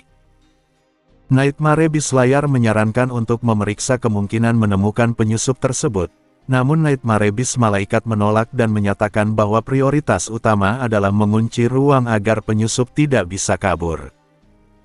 Setelah pemeriksaan, Nightmare Beast malaikat menyimpulkan bahwa ada kemungkinan 50% manusia itu masih berada di sana dan belum bisa pergi. Karena itu, mereka memutuskan untuk mengunci area tersebut. Mendengar keputusan ini, Su Bei justru tersenyum. Ia memang sengaja menunggu hingga mereka yakin dirinya masih berada di dalam, agar mereka tidak mengubah rencana dan membuat penyusupannya sia-sia. Karena tujuannya sudah tercapai, ia pun bersiap pergi. Su Bei menggunakan item teleportasi milik Lei Zhen untuk kembali dari dunia Nightmare Beast. Beberapa saat kemudian, ia muncul di lapangan Endless Ability Academy yang sedang kosong karena liburan musim panas. Namun penggunaan item tersebut langsung menarik perhatian. Lei Zhen segera menghubunginya, heran mengapa Su Bei tiba-tiba kembali ke sekolah saat kompetisi dunia masih berlangsung. Su Bei menuju ruang kelas dan menunggu. Tak lama kemudian, Lei Zhen datang bersama Meng Huai. Keduanya menanyakan alasan kepulangannya. Su Bei tidak bisa mengatakan yang sebenarnya karena itu akan membahayakan banyak pihak dan tidak akan mengubah alur kejadian. Ia pun menggunakan alasan bahwa ia kembali untuk mengambil buku catatan belajarnya. Ia menunjukkan sebuah buku yang tampak seperti buku matematika, yang memang pernah mereka lihat sebelumnya. Meski Lei Zhen dan Meng Huai merasa alasan itu aneh, menggunakan item berharga hanya untuk mengambil buku, rekaman pengawasan membuktikan bahwa Su Bei memang mengambil buku tersebut dari mejanya. Setelah mengonfirmasi kepada Guru Li bahwa Su Bei memang tidak perlu bertanding lagi, mereka akhirnya mempercayainya. Su Bei pun diantar kembali ke bandara dan kembali ke Sesbia pada malam hari. Sesampainya di sana, ia menerima banyak pesan dari Jiang Tianming dan yang lain yang terkejut mengetahui bahwa ia sempat berwisata pulang. Setelah itu, Su Bei mencari informasi tentang Jiram dan menemukan bahwa ia adalah salah satu penyelenggara utama kompetisi serta seorang pengguna ability ilusi bernama True Illusion.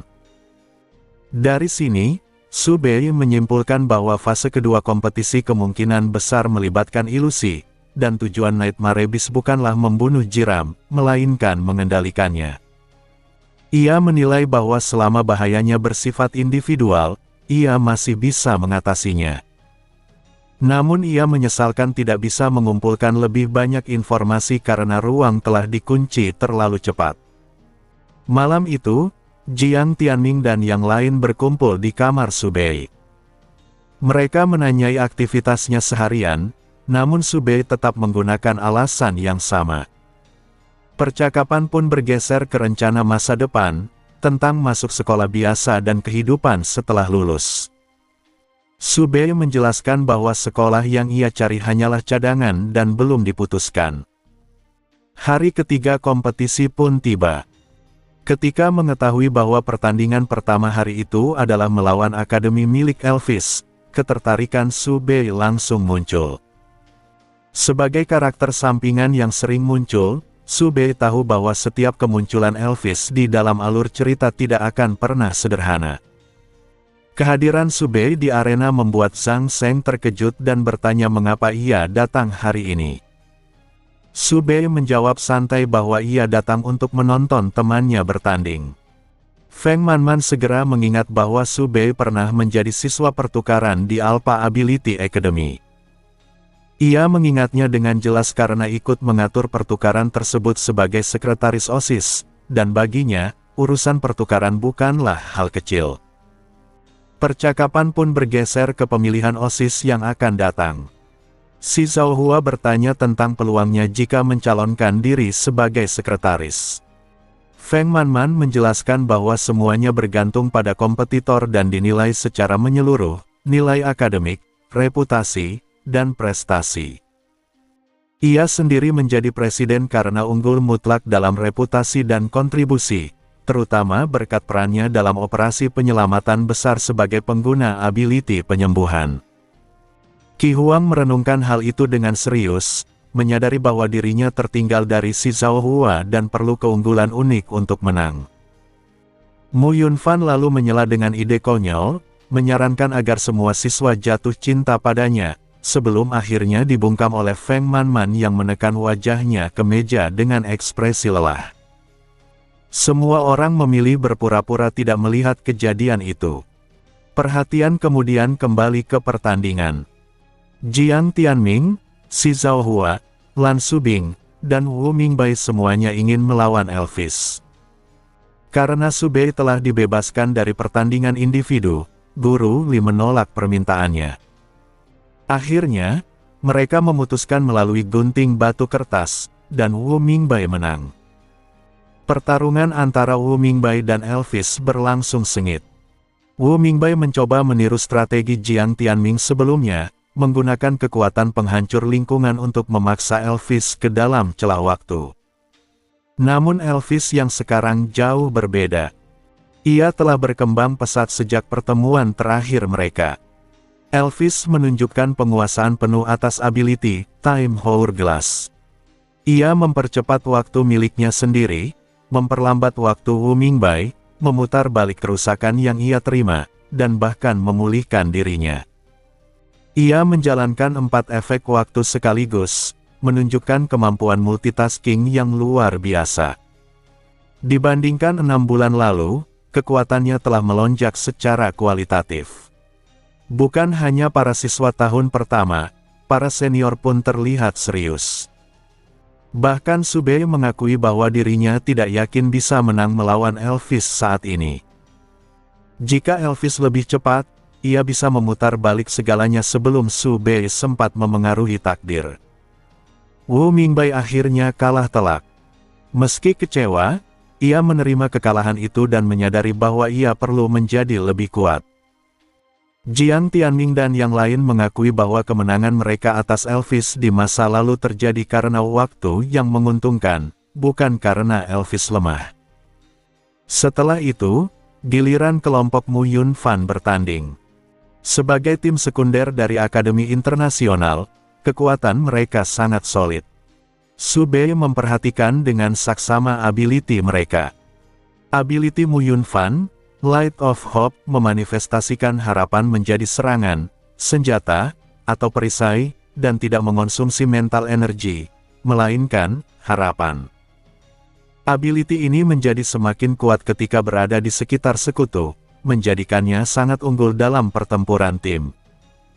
Wei Yuexi dengan Arms Dealer, He Sang dengan Instant Buddha, Luo Li dengan Destruction, dan Zhang Sheng dengan Fast Knowledge menunjukkan kekuatan yang setara dengan tim utama. Meski Alpha Ability Academy kuat, mereka tetap dikalahkan satu persatu. Dari tim Endless, hanya Wu Mingbai yang kalah hari itu. Subei sempat bergumam tentang siapa sebenarnya protagonis cerita ini. Ia merasa bahwa berada di dekat kelompok protagonis selalu berarti menarik masalah, meskipun juga membawa kekuatan besar. Setelah pertandingan, Elvis menghampiri mereka. Ia tidak tampak kecewa meski timnya kalah dan langsung menantang Subei untuk bertarung, ingin menebus kekalahan masa lalu. Subei menolak dengan tegas, menyatakan bahwa ia tidak tertarik mencari masalah atau terpancing provokasi. Ia sadar bahwa kalah sekarang akan merusak citranya, dan bertaruh dengan kemungkinan 50% terlalu berisiko. Elvis kemudian menantang Jiang Tianming. Sementara itu, Subei meninggalkan arena dan kembali ke hotel. Ia memikirkan langkah selanjutnya dari Nightmare Beast. Dengan pertandingan individu yang hampir berakhir, mereka pasti akan segera bertindak. Subei menyadari bahwa baik venue maupun hotel sama-sama berbahaya.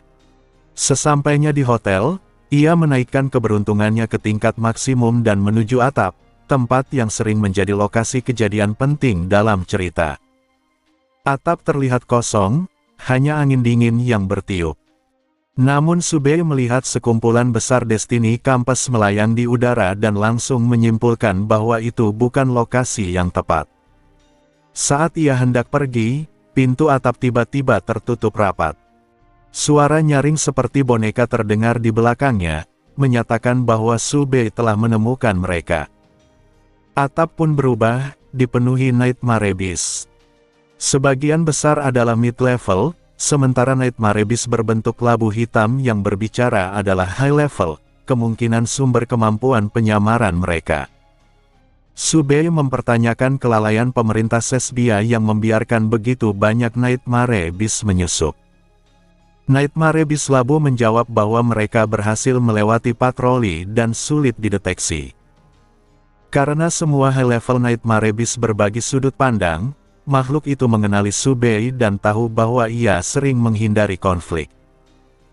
Menyadari bahwa mereka tidak datang dengan niat menyerang, Subei menjelaskan bahwa ia mengetahui keberadaan mereka karena ia tidak ingin terlibat dalam rencana mereka dan sempat menyelidikinya.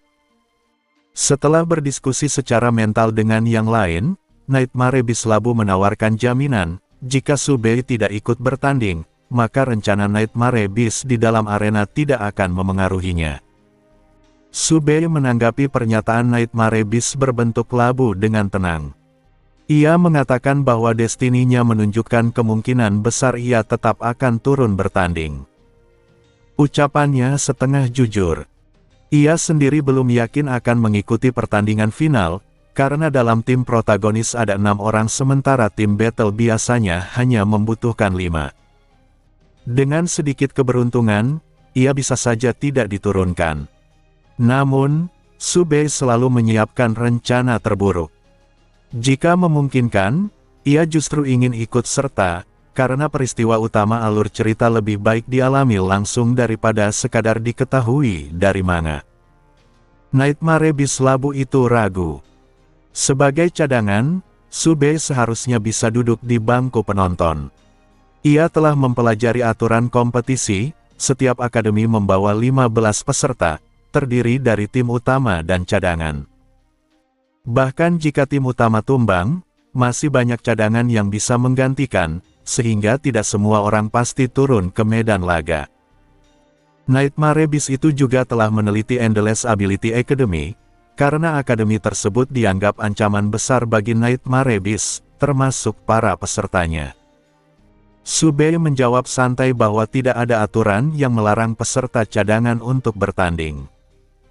Dari sikap Nightmare Beast itu, ia menyadari bahwa makhluk tersebut ingin bernegosiasi dan tidak berani melukainya. Ia pun memanfaatkan kesempatan itu untuk menggali informasi. Nightmare Beast Labu, yang tidak menyadari bahwa dirinya sedang dibaca, mengira Subei hanya ingin menghindari masalah. Ia pun berkata bahwa jika Subei benar-benar harus bertanding, maka ia sebaiknya menang. Makhluk itu tidak berani berbohong terang-terangan karena khawatir Subei bisa menyadarinya dan berbalik menyerang. Ucapan itu membuat Subei waspada. Ia bertanya-tanya apakah menang berarti timnya lolos ke babak berikutnya atau bertahan hidup sampai akhir.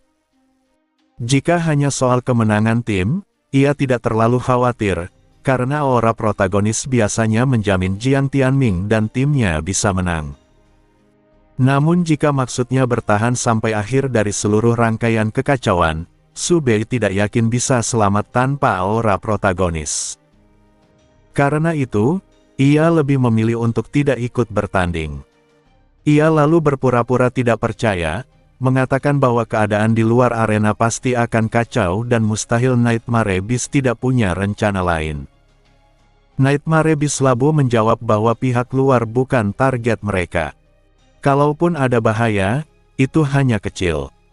Mereka adalah Nightmare Beast jalur kontrol, bertugas mengendalikan manusia di momen-momen penting agar tidak mengganggu rencana utama. Meski terdengar masuk akal, Subei tahu bahwa itu tidak sepenuhnya benar.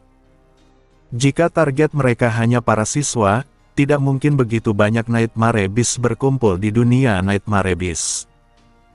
Ia menyimpulkan bahwa Nightmare Beast di hotel bertugas mengendalikan manusia di lokasi ini, sementara yang berada di dunia Nightmare Beast akan mengacaukan tahap kedua kompetisi melalui ilusi. Namun ia juga menilai bahwa siswa kompetisi tingkat dunia tidak mungkin mudah diburu oleh Nightmare Beast level rendah atau menengah. Karena sudah memahami pola kebohongan Nightmare Beast, 7 bagian kebenaran dan 3 bagian dusta, Sube tidak berniat memperpanjang pembicaraan. Ia mengangguk dan berkata akan pergi. Nightmare Beast labu panik dan memintanya berhenti. Ia tidak ingin Sube pergi membawa terlalu banyak informasi. Ia menuntut agar Sube melakukan sesuatu setelah mengetahui rencana mereka. Sube pura-pura bingung. Nightmare Beast itu akhirnya meminta janji agar Sube tidak membocorkan rencana mereka, bahkan mengancam bisa menjebaknya di atap jika ia menolak. Sube memahami situasinya. Jika ia menghilang, pihak lain pasti akan mencurigai dan menyelidiki hotel, sehingga rencana Nightmare Beast bisa terbongkar. Karena itu mereka butuh kesunyian Sube. Setelah menurunkan ekspektasi lawannya, Sube dengan mudah berjanji tidak akan membocorkan apapun. Nightmare Beast labu masih tidak percaya dan meminta kontrak. Sube menyetujuinya tanpa keberatan. Setelah meninggalkan atap, ponsel Sube dipenuhi notifikasi. Ia baru menyadari bahwa dalam waktu singkat, ia telah melewatkan 2 peristiwa penting. Pertama, pertarungan Jiang Tianming melawan Elvis. Selain Jiang Tianming, semua anggota tim Endless kalah. Jiang Tianming menang dengan ability baru bernama Time Sponge, sebuah buff ability berbasis waktu yang memberinya tambahan 5 detik waktu untuk berpikir, memulihkan mental energi, atau mengaktifkan ability. Ability ini secara efektif mengacaukan aliran waktu Elvis dan memberinya celah untuk menang. Peristiwa kedua adalah pertandingan Endless Ability Academy melawan Saint Dante Ability Academy, juara kompetisi sebelumnya. Hasilnya mengejutkan, Endless hanya kalah 1 kali dari 5 pertandingan individual, hampir menghancurkan Saint Dante. Hal ini membuat posisi Endless sangat diunggulkan untuk menang keseluruhan. Namun, Sube justru merasa cemas. Ia tahu reputasi Saint Dante yang kerap melakukan tindakan kotor di luar arena untuk menyingkirkan lawan. Ia yakin mereka akan menargetkan Endless. Meski menyadari bahaya itu, Sube memilih untuk tidak memperingatkan Mu Yunfan dan yang lain, karena mengganggu alur cerita bisa memicu rencana yang lebih berbahaya dari penulis. Tak lama kemudian, notifikasi Manga Consciousness muncul menandakan update terbaru. Chapter tersebut menampilkan pertarungan sengit kompetisi, tuduhan kecurangan terhadap Sube beserta penjelasannya, kebangkitan kekuatan Elvis, kemenangan Jiang Tianming, serta kekalahan telak Saint Dante. Di forum, pembaca ramai membahas Elvis dan kecurigaan bahwa Saint Dante akan berbuat curang. Di restoran hotel, Qi Huang menyesalkan Sube yang melewatkan pertarungan seru. Sube menunjukkan rekaman pertandingan di ponselnya. Ia lalu bertanya bagaimana perasaan mereka setelah melawan Elvis. Wu Mingbai dan Xi Zhaohua terlihat kecewa, sementara yang lain relatif tenang. Mereka menyadari bahwa mereka tertinggal dalam perkembangan dibandingkan Elvis. Percakapan berakhir dengan candaan ringan, hingga Sube menanyakan sisa hari pertandingan individual. Xi Zhaohua menjawab bahwa tinggal 1 hari lagi, dan ada kemungkinan mereka akan menghadapi tim Huang Fumingze keesokan harinya.